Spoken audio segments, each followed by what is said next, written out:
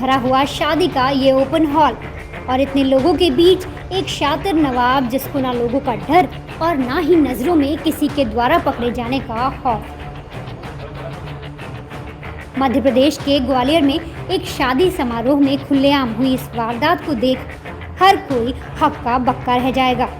बीच शादी में भीड़ के कम होते ही जब दूल्हे राजा की मां अपने हाथ में पकड़े गहनों से भरे बैग को पास पड़ी चेयर पर छोड़कर अपने बहू और बेटे के साथ फोटो खिंचवाने स्टेज पर पहुंचती है, कुछ ही पलों में नाचता डोलता ये सूट बूट पहने छोटा बच्चा पीछे से आता दिखाई पड़ता है।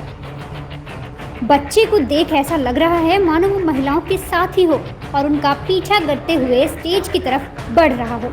लेकिन जरा ठहरिए और देखिए, इस लड़के ने तो हैरान करने वाली अलग ही हरकत कर दी। इस छोटे उस्ताद के कदम स्टेज की ओर नहीं बल्कि चेयर पर पड़े उस लावारिस बैग की ओर तेजी से बढ़ते दिखाई दे रहे हैं। ऐसा लगता है मानो इस बच्चे ने पहले से ही अपनी नज़र गहनों से भरे उस बैग पर टिकाई हुई थी। देखिए, अब बैग के एकदम करीब पहुंचते ही ये लड़का कई बार आसपास देख माहौल को भांपने की कोशिश करता है और नज़र रखता है कि कहीं उसको कोई देख तो नहीं रहा।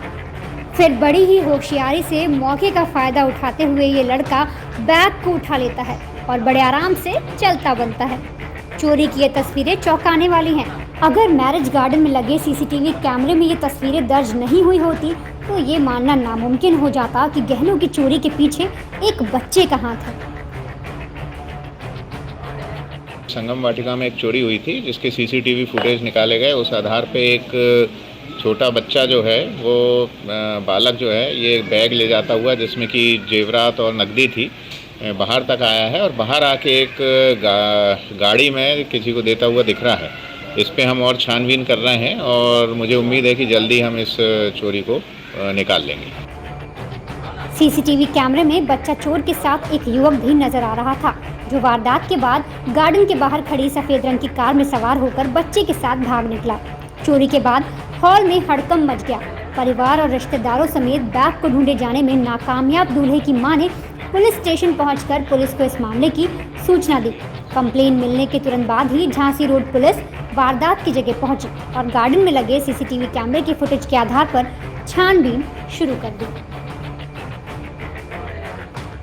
हमारे देश में कई ऐसे जरूरतमंद लोग हैं जिनकी मदद की गुहार आपके कानों तक नहीं पहुंच पाती। न जाने ऐसे कितने बेबस और मजबूर लोग हैं जो पैसों की वजह से मजबूर हैं। आपकी थोड़ी सी मदद इनकी जिंदगी बदल सकती है, तो क्यों ना